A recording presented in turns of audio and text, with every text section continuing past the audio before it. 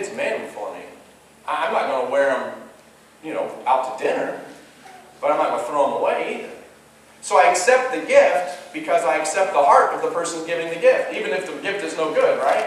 But if I look at God in the face and I don't accept grace, then I have to live without it. And that's the problem. Here's why. Because if I refuse the gift, now I'm on my own. I got my sin, and if I don't accept grace, now I got to deal with my sin alone. And I don't have the answer for my sin. But the flip side of that is this, is that if I accept it, then I'm admitting that I need it. And that's not easy. Now, I want you to think about this. You know how athletes, they come out of high school, and they're going to go play a sport somewhere, and they're given a what? A scholarship. Okay, now, back in the day, when scholarships started, it was because students needed financial assistance. And now you've got these 17, 18-year-old kids coming out of high school acting like they deserve to go to college for free. No. You need somebody to pay your education. And the school needs you to come play a sport or do something else. It's about need. It's not about deserve. And grace is definitely not about deserve. Because you know what? I hope I never get what I deserve. Because I deserve to spend eternity in hell, separated from God. I deserve to spend my life separated from people. That's what I deserve. But grace is bigger than that. And so if I accept it, then I got to admit that I need it. The best part of this, you guys have heard about the good news? You've heard that phrase? The greatest news that I've ever been told is that I needed Jesus. Best news anybody could have ever told me. Right? That good news to you? You need Jesus. Well, the bad news is, why do I need Him? Well, because you're a sinner. What? So the greatest news is attached to the most critical news. It's like Jesus is a doctor. And He sits down with you and says, guess what? You have this terrible disease, but we know a specialist we can send you to. So the greatest news is that there's somebody who can cure your disease, but the worst news you ever got is that you have the disease. So I'm sick and I need a doctor, and Jesus is the doctor. Or the mechanic. Pick your favorite comparison. Somebody somewhere got to say, I got a problem. But He can fix it. And until I realize that I need Him, He is powerless to help me. Now I want you to hear this. God can't help you with your sin. Jesus can't help you with your issue until you admit you need His help. Because He's going to knock, the Bible says. And if He opens the door, then I'll go in. He's not going to kick your door down. He's going to let you respond. He could do nothing for me if I think I don't need Him. And whether I like it or not, I have to enter the same way everybody else does. Through the door called grace. And this is why this is a big deal. The articles in the paper, none of them talked about grace as a way to get to God. It was all about us doing something to make God happy.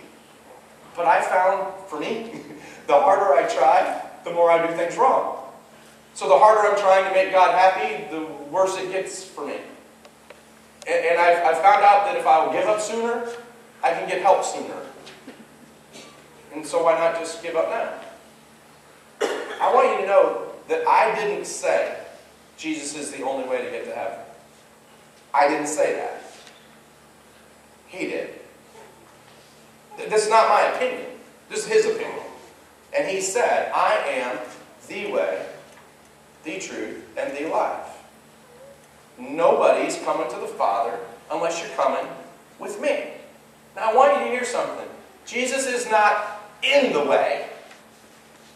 I want you to catch this. He's not blocking the pathway to God and saying, Lenora, unless you come through me. That's not the context. The context is, Lenora, you want to meet the Father? Cool, come on. There's a whole different picture there. Jesus is not blocking the way to heaven. Jesus is inviting anybody, come along, I'll go with you. And I'll show you the Father.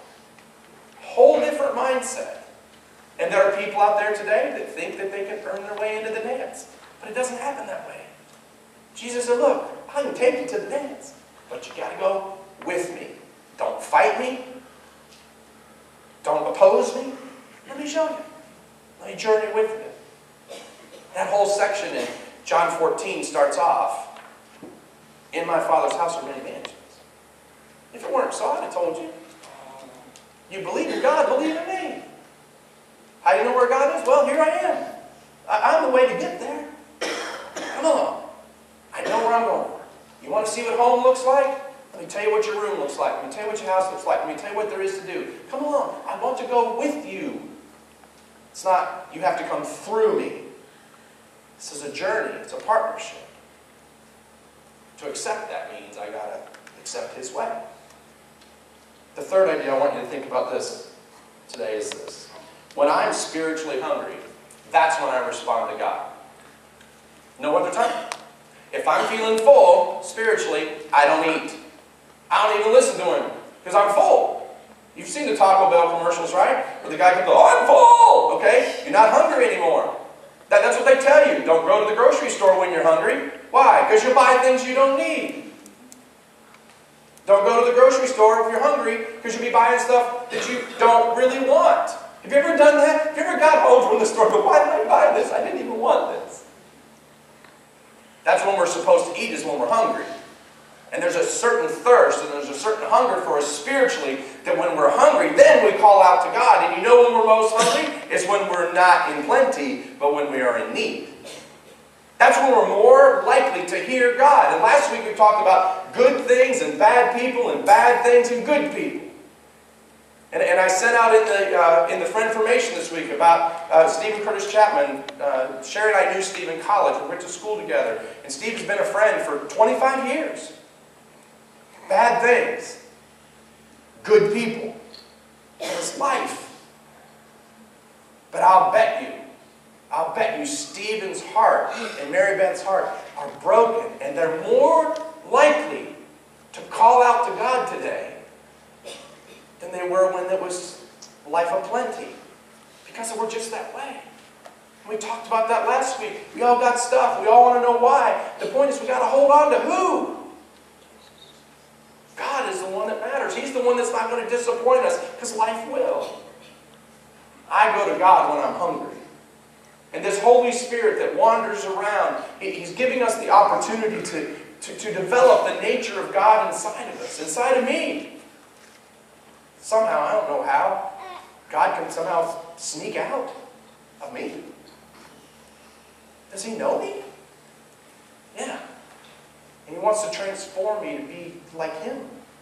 See, through His presence, He will transform us into the image of Christ. When I look in the mirror, is that me in the mirror? Yes or no? Yes. No, it's not. I'm right here. That's an image of me. A reflection of me. And He's not going to turn me into Jesus. He's going to turn me into a reflection of Jesus. One who looks like, thinks like, believes like, and acts like. Transforms us one little behavior at a time, one opportunity at a time. Because it's true that the spiritual realm can become a reality.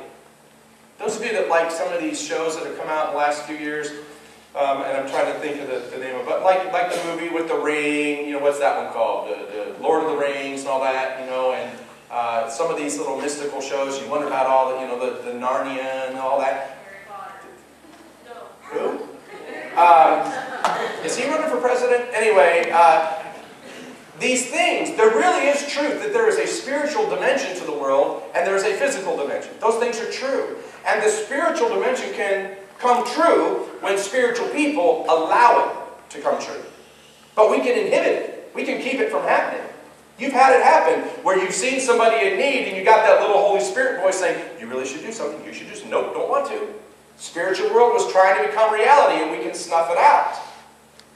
Because it comes down to us having a choice. The image of Christ wants to leap out, but sometimes we block it.